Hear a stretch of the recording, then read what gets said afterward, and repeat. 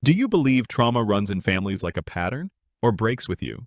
When my father stood in my living room, his eyes moving slowly across the walls as if he were already measuring where new furniture might go, I expected him to say something critical about my taste or the fact that I had chosen to live alone in such a large house. But instead, he cleared his throat and delivered a sentence that nearly knocked the air out of me. Your sister and her husband will be moving in. For a second, I thought I had misheard him, because who announces something like that as if it is not even a request, but a decree? Yet he stood there with that same tone he had used my entire life, the tone that implied his word was final and my role was simply to adjust. I nodded, slowly, carefully, because I had learned a long time ago that showing too much emotion only gave him and my sister ammunition. But before he could take my silence as compliance, I leaned in just enough and whispered words that changed the atmosphere instantly. Strange, since she belongs to someone else. Entirely. His face turned the shade I had not seen since childhood, when I once caught him lying to my mother about a weekend golf trip. That single moment was enough to remind me why I had survived this family dynamic in the first place, because I never forgot how to keep quiet until the exact second my words could strike hardest. Of course, I had not pulled that line out of thin air. It was not baseless anger, not some reckless attempt to get under his skin. It was a truth I had been holding onto for weeks, maybe even months, like a weapon I wasn't sure when to use. To explain how we got there, I need to take you back, because nothing about this situation was sudden. It was years in the making, built brick by brick on favoritism, double standards, and the kind of blind loyalty that parents sometimes give one child at the expense of the other. My sister, Michelle, had been the golden one since we were kids. She was praised for every average achievement, excused for every mistake, and rewarded for behavior that would have earned me lectures, punishments, or long, bitter silences. If Michelle forgot to pay back borrowed money, my parents said she was just a little distracted. If I hesitated to lend, I was called selfish. If she snapped at them, it was because she was stressed. If I dared to raise my voice, I was ungrateful. That's the script I grew up with, and the only reason I survived it was by working harder, building a life outside their control, and proving, if only to myself, that I could stand on my own. The house they were standing in that day, the 5-bedroom home my father seemed to think was suddenly available for redistribution, was mine. Every payment came from my long hours at work, every wall painted and corner furnished was done because I chose it. I had bought this house not only for comfort, but as a silent declaration, I am not dependent on you, and I will not be swallowed by Michelle's shadow. So when my father opened his mouth and announced his plan, I felt the familiar rage rising, the one I had tamped down for years. It wasn't just about space or property. It was about the fact that, in his eyes, my efforts, my money, my independence were never really mine. In his world, anything I built could be claimed by Michelle if she happened to need it.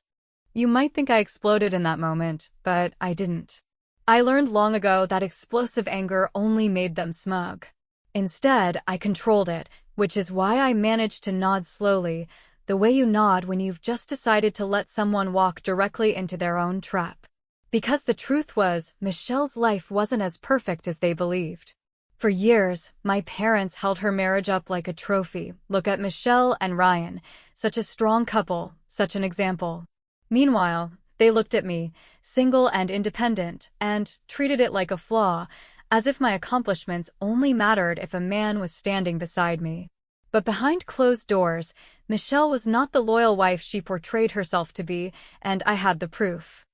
I had stumbled across it in the kind of way that almost feels like fate is laughing at you. A friend of mine spotted Michelle out at a restaurant, not with her husband, but with someone else. It was not a casual dinner. It was the kind of body language you can't misinterpret. My friend sent me a message, and instead of brushing it off, I decided to dig, because I knew Michelle too well. Sure enough, it didn't take long to find what I needed. I won't get into details yet, but let's just say her phone was as leaky as her loyalty. So when my father stood there, acting as if my house was simply a branch of his generosity to be shared as he pleased, I realized I finally had leverage. For years, I had been the silent one, the one accused, the one compared, the one dismissed. But now, with one whispered sentence, I watched him pale, and I knew this story was no longer going to unfold on their terms. And if you're wondering whether I told him everything right then and there, the answer is no. I didn't need to. The real satisfaction came from watching him freeze, knowing he suddenly held a piece of information too heavy to ignore, but too dangerous to admit he had heard. And that was just the beginning. Because what Michelle didn't know yet, what my parents couldn't yet imagine, was that I had no intention of playing defense anymore. I had spent my entire life being forced into corners, but this time I had chosen the battleground. The day my father tried to hand over my house was the day I stopped being their silent scapegoat. It was the day I decided that if Michelle wanted to live in a fantasy, if my parents wanted to treat her like the queen of the family, then I would be the one to crown her with the truth. And when I did, it wouldn't just rattle their faith in her. It would burn the pedestal they built for her down to ash. By the time my father finished circling my kitchen and pretending to admire the cabinets while slipping into that careful tone he uses when he is about to justify something indefensible, my sister had already positioned herself on the moral high ground she builds out of other people's patience, telling him and my mother that I had more space than I knew what to do with, that family should come first, that it would be temporary. That I was being difficult because I liked control, and while I listened to the familiar rhythm of that performance, I felt the old itch to defend myself, yet I kept my voice even and asked how this temporary plan would work in practical terms.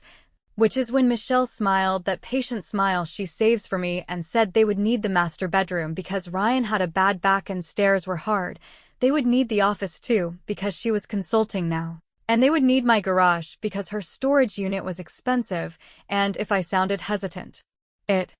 was only because I forgot that we were family, which is rich coming from the person who has turned the word family into a discount code she applies to every boundary I try to set. What made it worse was not just the entitlement, it was the way she layered it with little stabs designed to make me look petty, telling my parents that I had always been possessive, that I made money the hero of every conversation, that I would rather let space sit empty than help, while she, the married homeowner in training, knew how to build a life, and I sat there thinking about the times she called former managers of mine to warn them I was overly intense, the way she once told a friend. I was bad with money when she was the one who borrowed and never returned. The afternoon she took my mother to lunch and cried about how I shut her out, which of course meant my mother called me at work and demanded to know why I was heartless. And as I dug through those memories, I realized that Michelle never argues head-on because head-on would require facts, and facts have never been her best friend. I had promised myself I would not use the final card yet, the one about her belonging to someone else entirely, because I wanted precision, not chaos, so instead I asked my father, very calmly, whether he planned to cover the increased insurance, the utilities, and the property tax bump that always comes when more people are added to the occupancy declaration, and he waved it off like those things were small fires that would put themselves out. Then he said the line he always says when he wants me to submit, that I should stop being dramatic and remember that family shares, and I almost laughed because sharing is not what is happening when one person makes the rules and the other person pays the bill.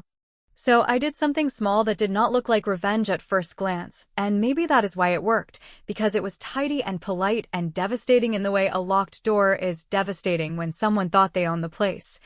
I told my father I was absolutely open to discussing a move-in, that I wanted to do it right so no one got hurt, and then I reached into a folder I had prepared for a different purpose and slid a printed packet across the table. An occupancy application I pulled from a standard landlord template, and then adjusted with 3 additions that were perfectly legal and painfully inconvenient, which were a market rate rent based on neighborhood comps with first and last month due before keys,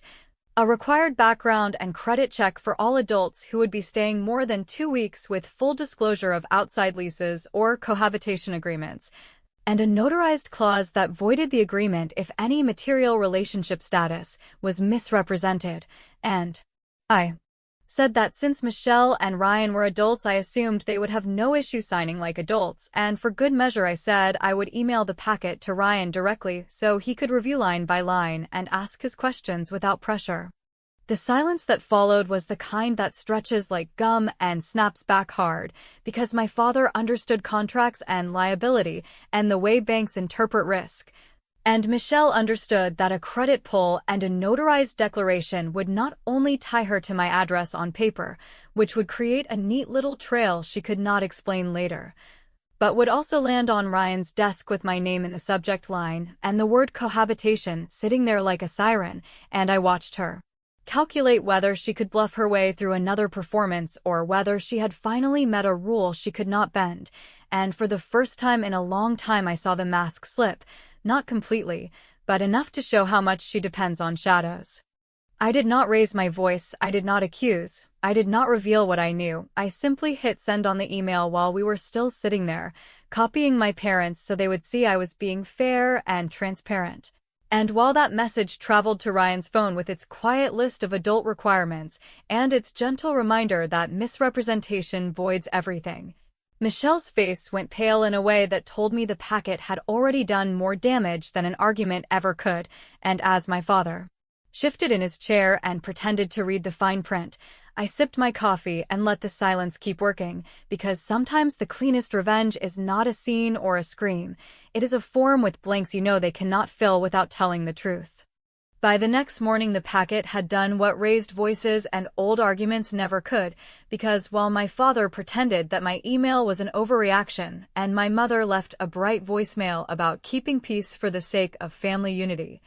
Ryan sent me a careful message that read like a man trying to be loyal without being blind, asking whether the credit check was truly necessary and whether the cohabitation clause was standard, which told me two things at once that he had actually read the terms and that Michelle had not prepared him for the administrative weight that honesty requires, so I called him back and walked him through every paragraph in a voice I reserve for bankers and building inspectors, measured and helpful and slightly boring. And when he thanked me for being reasonable, I could hear the stress in his breathing, the sound of someone slowly realizing that a story he trusted might not match the paperwork that is about to land on his lap. What I had not told any of them yet was how I knew that my sister belonged to someone else entirely, not in a poetic way or a dramatic way, but in the straightforward manner that lives in calendars and payments and addresses. Because the first thread had come from a public Venmo feed where Michelle's name showed up next to a man called Daniel with descriptions that read like tiny alibis, payment notes for groceries and utilities, and a pet deposit. Small domestic words that stack into a picture no amount of smiling can erase, and once I saw those I noticed other things I should have caught sooner. A boutique gym where she never brought Ryan, but consistently checked in with a guest listed under Daniel's last name. A recurring Amazon order routed to an address in a neighborhood she always pretended to hate. A pet microchip registration that came up in my email because years ago I had been the emergency contact for her first rescue, and she reused my information by habit, which meant the update notice forwarded to me when she switched the animal's primary address to the same building as Daniel's.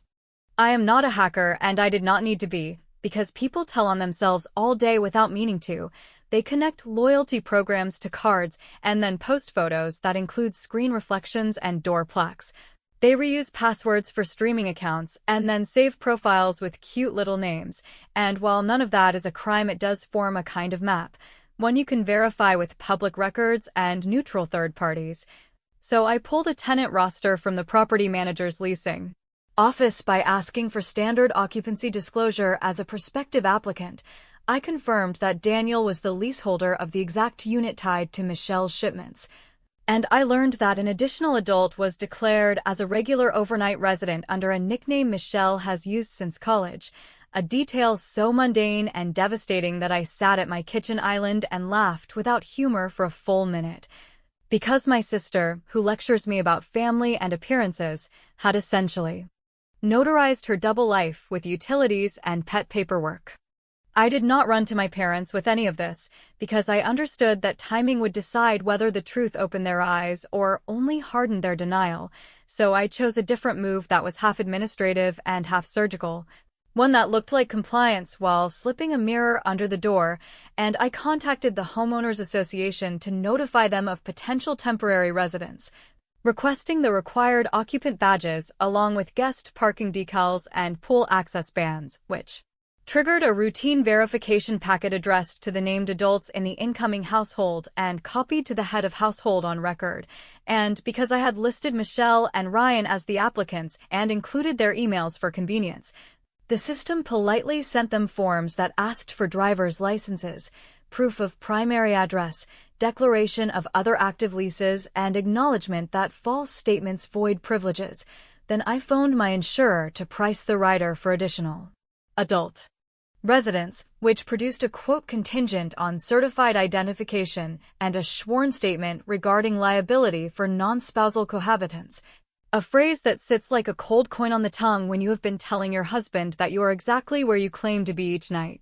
By evening, Ryan called again, speaking more slowly and choosing his words like they might cut him on the way out, telling me he would stop by the next day to look at the office and talk through the logistics because he did not want me to think he was taking advantage. And then, after a pause long enough to count a full breath, he asked whether I knew a man named Daniel because a gym sent him an automated note welcoming Michelle's household to a premium plan with 2 adult members and a pet waiver tied to that name, which meant that the boring administrative wheels I had set in motion were now spinning in places I did not even anticipate, and instead of answering, I told him we should absolutely sit down and review everything calmly, that I would have all the documents ready, and that clarity is a kindness even when it hurts. Then I hung up and printed the receipts, the gym roster, the tenant acknowledgement, the microchip update, the shipping logs, and the homeowner forms, sliding each into a separate envelope with names written in my neat, steady hand, and as I laid them out on the dining table like a quiet courtroom, I realized that the next step would not be a conversation so much as a public audit, which is why I chose the date and the room where truth would land hardest. And if Michelle thought a form could be dodged and a boundary could be shamed away, she was about to learn what happens when the person you underestimate builds the trap you never see until the floor opens beneath you. When Ryan arrived the following afternoon with that careful politeness people use when they are trying to be decent in a situation that already smells like smoke, I walked him through the office he supposedly needed, the garage he supposedly needed, and the master bedroom my father had casually assigned, and then, before he could make some apologetic speech about timing and family and temporary arrangements, I led him to the dining table where the envelope sat in a straight line like patient witnesses, explaining that since everyone wanted clarity, I had created a simple path that protected my home, respected their marriage, and removed any room for misunderstandings, which is why there was an insurance rider application with a notarization requirement, an association badge request that cross-checks primary addresses, a utilities affidavit that bars third-party occupancy without written consent, and a short-form license agreement that activates only when all adults sign that they have no undisclosed domestic households. And while I spoke, he did not pretend to be comfortable. He did not puff himself up. He just kept reading line by line. And I could see it land on him that what I was handing over was not drama or a tantrum, but a boundary shaped like adult paperwork that had consequences if you lied to it. Michelle was late on purpose, because lateness is how she announces that the room belongs to her before she even opens her mouth, and when she finally swept in with an apology that blamed traffic, my address, and my supposed inflexibility in one long breath, I asked her to sit, and then I did something that felt almost gentle while being the sharpest move I had played so far, because I produced 2 key sets in identical bowls and said that, to protect everyone, access would be granted only after forms were signed and verified, which meant that the garage opener and the door fobs would live with my locksmith for a short window while he reprogrammed them for liability reasons. And at those words, my father, who had joined by speakerphone under the pretense of staying neutral, began a speech about trust and family reputation, yet Ryan, who had been following the clauses with his finger like a man trying to keep his footing on a narrow ledge, simply asked how long the verification took, and when I said a few business days at most if no red flags popped up, he nodded and said fine, which was the first tiny crack in the performance Michelle had been directing for months. I did not accuse her of anything. I did not reference Daniel. I did not wave the printouts like flags, because I wanted her to choose a lane in front of witnesses. And sure enough, she reached for the bowl with the keys like she had every right to touch what was not yet hers, then froze when she noticed the license agreement tucked under it with a highlighted line that stated, in neutral language, that misrepresentation of marital residence voids occupancy and triggers liquidated damages equal to market rent for the reserved space, and I watched her weigh the odds, because signing would be an act of perjury if she continued living the way she had been, while refusing would expose the lie she had been selling to our parents. And in that quiet beat, Ryan looked up at me and asked, in a voice that was both soft and tired, whether the agreement was standard, which gave me a chance to say the most honest sentence in the room, that standard is whatever keeps people from being used. My mother tried to pivot, asking if we could skip the forms and just do a family trial period, and I replied that a trial period is how people smuggle chaos into your life under the label of kindness. Then I placed one more envelope on the table. A small sealed thing with my neat handwriting on the front and a single word inside that would make any decent husband take time before he spoke, because it contained instructions for requesting tenant occupancy reports from the property manager at a particular building along with the dates of recurring deliveries routed in Michelle's name, and I slid it to Ryan with the practiced calm of someone who refuses to fight loudly when a quiet audit will do, telling him he could open it alone later and that I would not be chasing anyone for an answer because the house would not be changing hands without honesty on paper. I ended the meeting with an offer that sounded practical and landed like a hammer, telling them that if they preferred to postpone the move-in, I would hold the office and one guest room for a fixed window at a token fee, payable only if the forms cleared. Which sounded generous until you realize it locked the story to dates and signatures and stripped away the emotional leverage my sister loves. And as they headed for the door, Michelle muttered something about me turning a home into a courthouse, while Ryan, who had said very little, squeezed the envelope and asked whether I would be attending their anniversary dinner this weekend, because his mother had reserved a private room and invited the family for a toast about loyalty and new chapters. And I told him yes, I would be there, and after they left, I sent the restaurant a quiet message asking for the screen and the cable that lets people show photos during speeches, because if we were going to raise a glass to commitment in front of the very people who trained me to swallow the truth, then I was going to make sure that when I finally spoke, there would be nowhere left for lies to hide. The private room looked like every family celebration I have ever sat through, where people perform politeness while hoping no one mentions the thing that would actually make dinner honest. And while the server lined up glasses and my mother fussed with place cards and my father cleared his throat to rehearse his speech about commitment and good examples,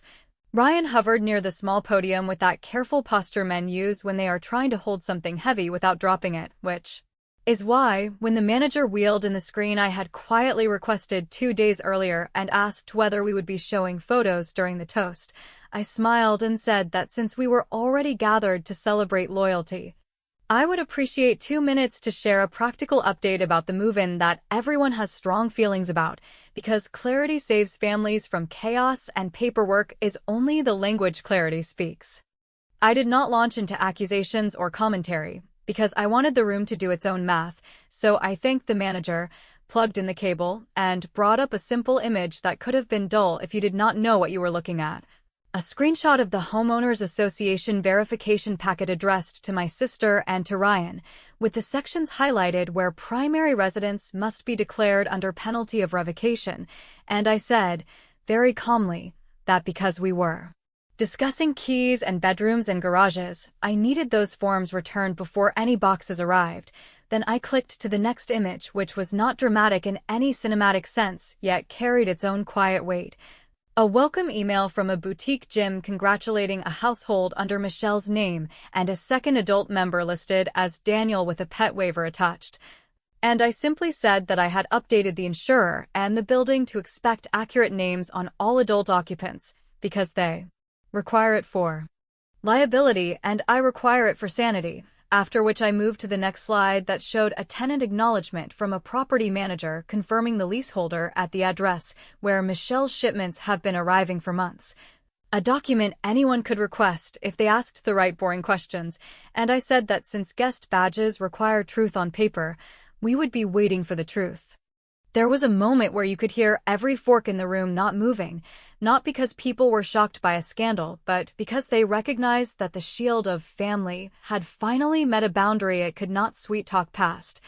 And before my father could spin it into a lecture about private matters and respect, Ryan put his hand on the podium and asked me, in that measured tone you use when the last piece you need has appeared and you are deciding whether to pick it up, whether the final envelope I had given him contained the same evidence in hard copy, and when I nodded he said that he had opened it that morning in his car, that he had spent an hour in the gym parking lot reading documents he never imagined he would need to read, and that he would not be offering a toast to loyalty because he would not stand at a microphone and make promises he no longer believed were real. Then he faced the table and said he would be leaving the dinner early to speak with an attorney, not because he wanted to punish anyone, but because he needed his own life to stop being a stage where someone else's performance kept rewriting his lines. Michelle tried to cut him off with a speech about misunderstanding and malicious timing and how I had always resented her happiness. Yet the problem with forms and timestamps and shipping logs is that they do not bend when you scold them. So I turned the screen off and told the manager we were done with technology. Then I looked at my parents and, without raising my voice, explained that the house they attempted to assign was no longer available for any family arrangements that I had transferred title to a living trust which requires any non-owner occupant to be approved by a management board that includes my attorney and my accountant, and that market rate rent, full deposits, and verified declarations would be the only path to keys for any adult not listed on the deed, which meant attempts to reframe my boundaries as cruelty would now hit a wall that does not answer to guilt, nostalgia, or the word temporary. And, because I am not interested in performative mercy, I added that the token reservation window I had offered was closed as of that very minute. The locks had been reprogrammed, and the only thing I was willing to hold for anyone at this table was a copy of the truth if they ever decided to sign it. My mother whispered that I had embarrassed the family. My father said I was making a scene, and I answered that what embarrassed the family was not a woman asking for honest paperwork, but a family who thought her home was a prize to be handed to a favorite child. And when Michelle muttered that I would die alone in a big house filled with silence, I surprised myself by laughing, not because any of this was funny, but because fear no longer had a hook in me. Then I stood, thanked the manager for the room, and told Ryan that if he needed copies of anything I had shown, I would send them within the hour, after which I turned to my parents and said that I would always pick up the phone if they called with respect in their mouths. And I walked out without touching dessert because the only sweetness I needed was the kind you taste when a long, exhausting game finally ends with both feet on your own ground. I will not pretend I slept perfectly that night, because peace after years of training yourself to be small arrives like a new language you speak slowly at first. Yet when morning came and my phone lit with messages that ranged from apologies to accusations, I poured coffee, forwarded the requested documents, and then sat in my kitchen with the familiar quiet that used to feel like failure and now feels like sovereignty. And while I do not know what my family will look like in 6 months or whether they will ever admit the way they trained me to swallow myself for their comfort, I do know this with the kind of certainty that does not ask for permission, that they will never again point at my home and claim it like a prize,